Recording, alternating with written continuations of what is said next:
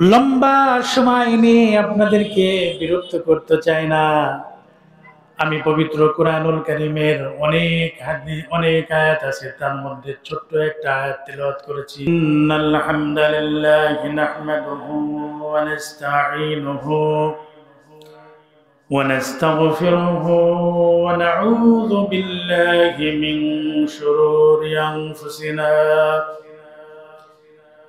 ومن سيئات أعمالنا من يهده الله فلا مضل له ومن يضلله فلا هادي له ونشهد أن لا إله إلا الله وحده لا شريك له ونشهد أن سيدنا ومولانا محمدا عبده ورسوله الذي أرسله بالحق بشيرا ونذيرا وداعيا إلى الله بإذنه وسراجا وقمرا منيرا فقد قال الله سبحانه وتعالى ربنا ظلمنا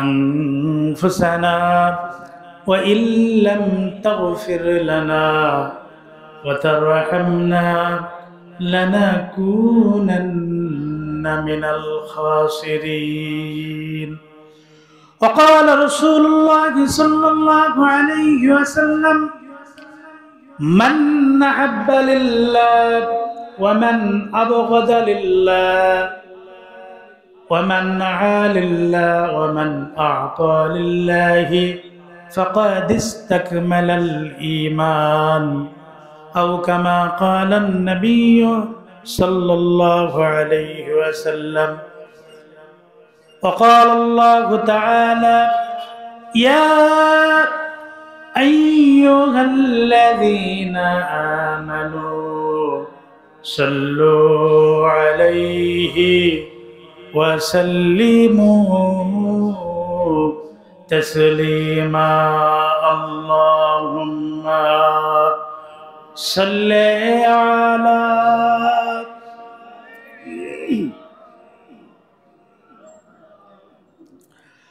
وعلى آل شفيعنا محمد اللهم সকলে মুহাব্বতের সাথে নবীর দুরূদ দিল ভরে মুহাব্বতের সাথে পড়ার চেষ্টা করি।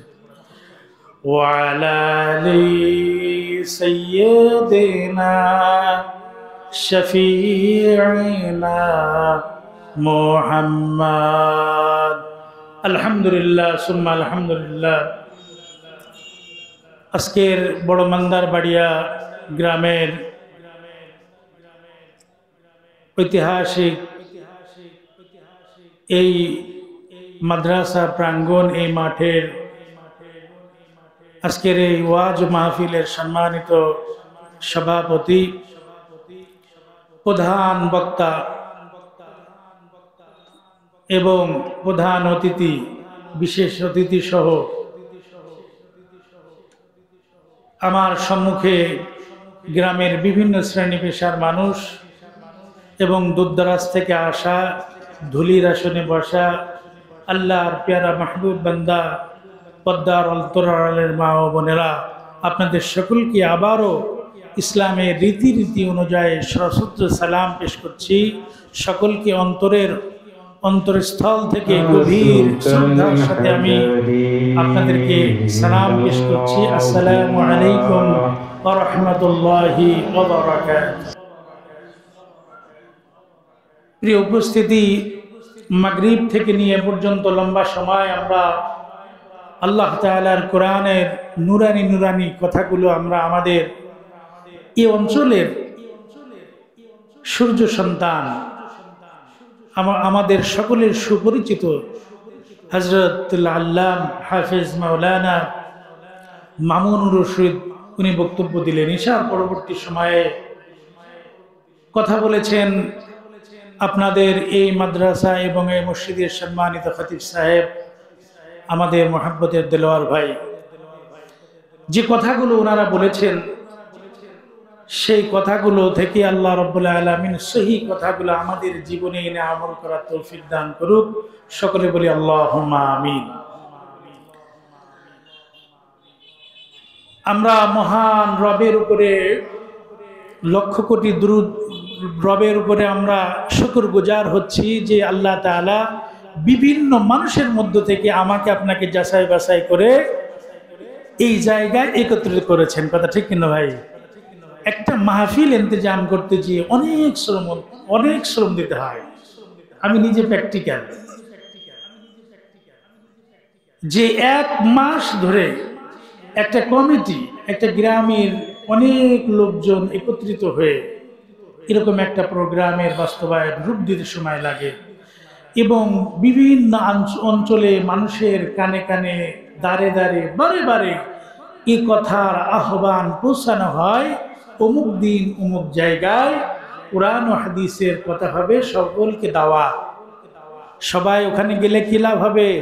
দো জাহানের অশেষ নেকি হাসিল হবে। এই কথা আমরা শুনি কি না?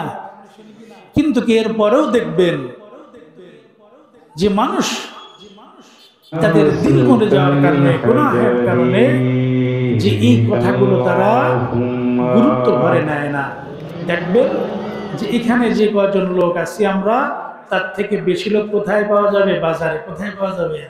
বেশি তো যাওয়ার দরকার নেই, এই মাহফিল কেন্দ্রিক যে একটা বাজার হয়েছে সেই জায়গায় গেলেই পাওয়া যাবে।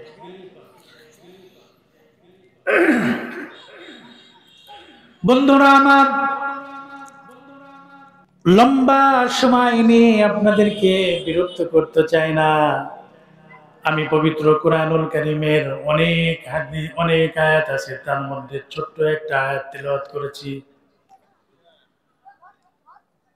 আমি সে আয়াতের উপরে আলোচনা করে আমার আলোচনা ইতি টানতে চাই। তার আগে একটা কথা বলতে চাই, যারা শ্রোতা আছি আর যে সকল স্বাগত বক্তা থাকবে, তাদের প্রতিও আমাদের একটা মিলিত আরজ থাকবে। এটা যে আজকে খেয়াল করলে দেখতে পাই, গোটা বাংলাদেশ সহ এই উপমহাদেশে এই শীতকালীন এই মৌসুমটাকে মুসলমানদের কাছে এতটা দামি, যে সময়ে তারা প্রত্যেক দিন অন্তত পক্ষে একটা রিসার্চ করে পাওয়া যায় যে এই জায়গাতে প্রতিনিয়ত বাংলাদেশে অন্তত পক্ষে 1500-র অধিক মাহফিল প্রত্যেক দিন হয়। কিন্তু এত মাহফিল হওয়া সত্ত্বেও মানুষের হেদায়েতের দিক একেবারে কমে গেছে। কথা ঠিক কিনা? এই জিনিসটা কেন হলো? উলামা হযরতরা খুঁটিয়ে খুঁটে ব্যাখ্যা করেছেন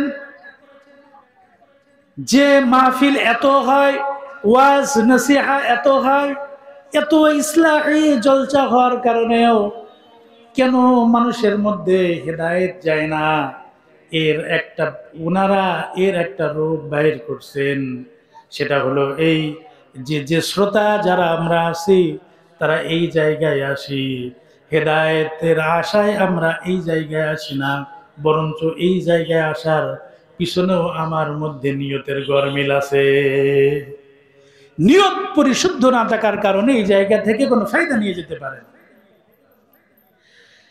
আপনি দেখবেন এখানে কিছু লোককে জিজ্ঞাসা করা হয়, উনি বলবেন পরদিন সকাল বেলায় চায়ের স্টলে বসে, যাহারে অমুক বক্তা কালকে আমাদের ওখানে এসেছিল, আল্লাহু আকবার, তার শ্রুতিরতা, তার কথা এত সুন্দর ছিল, এত সুন্দরভাবে উনি কথা বলতেন যে কথাগুলো আমাদের হৃদয়ে লেগেছে।